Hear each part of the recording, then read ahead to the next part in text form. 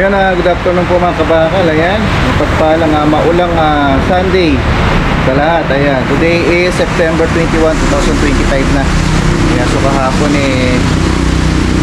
meron tayong simpleng pagdiriwang yung birthday ni Isaac. So 4 years old na po siya. Ayan, shoutout po sa ating mga viewers dyan. Maulan po dyan sa lugar nyo. So pray po tayo kasi nga paparamdam na yung bagyong si Nando, no? So ano po siya, yung kanyang super typhoon po, yung kanyang category. So apektado lahat bandang norte. Ayan, gaya ng Isabela, Aurora, banda dyan po sa Baguio, ayan, La Union. Pray po tayo sa ating mga kababayan dyan. Sama-sama po tayong manalangin na lumiis po yung malakas na bagyo. So today titinda pa rin tayo. Ayan, nakaset na po yung ating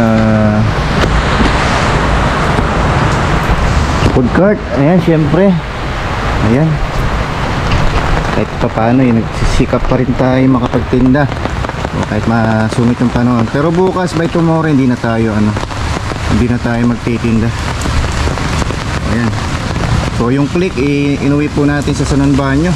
Ginarahe po natin doon sa tindahan para hindi po babagsakan ng puno. Ayan, no? In case na lumakas yung hangin, wala na yung click. Lalakad muna tayo dito para makita natin yung sungit ng panahon. So, actually hindi pa naman siya bumagsak talaga So medyo mahina-hina. Ayan, bumubugso yung LPA. Pero bukas sigurado to malakas na ulan. Ayan, no? Sungit na yung panahon. Pero wala pang mga vendors. Sigurado to malaki-laki yung bolto ng tubig papuntang San Simon yan. Baha na naman dyan bandang Lubao mga kabakal. Ayan, so yun, may nakapwesto ng isa. Ayan, no? Pray po tayo, no, mga kabakal, para sa darating na bukas panahon. So sana lumiis po yung malakas na typhoon para iwas naman sa peligro yung ating mga kababayan. So tuloy-tuloy pa rin tayo mga kabakal. Siyempre sikap sa galak tayo. Ayan, no? Pasok pa tayo doon para matulungan si Mrs. Vlog pa rin tayo.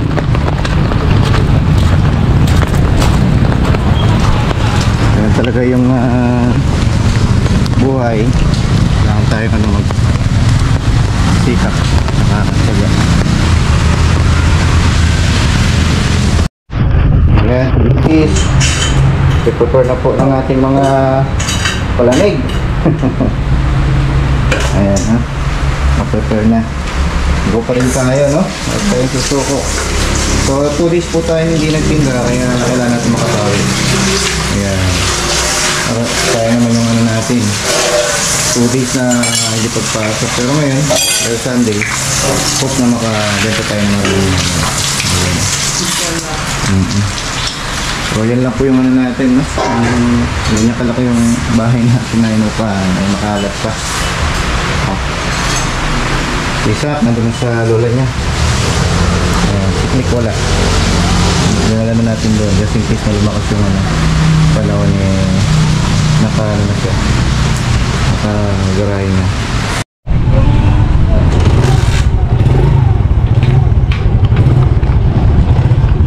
Tara.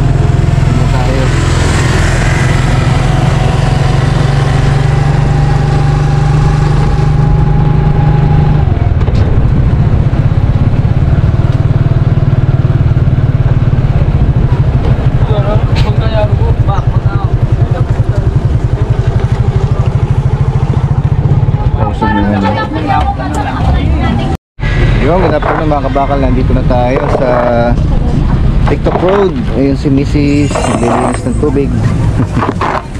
Medyo mababa yung ano dito, mga kabakal, semento natin. Kaya na-stack yung tubig ko. So, may araw pa tayo magtinda bago mag-ulan-ulan ng ano, malakas. Kailangan puray natin ang araw. Kumita tayo kahit pa paano. Ayun, nagluto na tayo para may serve na tayo ano, mga hotdog. Meron ng ano, naka-ready. Sinisis, okay ka lang dyan? Nililimas niya yung ano, yung pesto namin. Kasi medyo mababa po eh. Pero ayos naman. Pero lang tuloy-tuloy yung ano, ulo. Yan po, munti lang yung nagtinda, wala pa yung iba. Kasi nga eh, pagdasadya ang panahon. Yan ang kalaban natin sa business. Yan, bundok natin, no? Ang ating Mount Arayat, Mount Sinukuan. Ako, lang yung nililinis ni Mrs. Shoutout sa inyong lahat, mga kabakal. Ayan, good afternoon po. Sana lumiis yung bagyo na paparating. Pray po tayong lahat.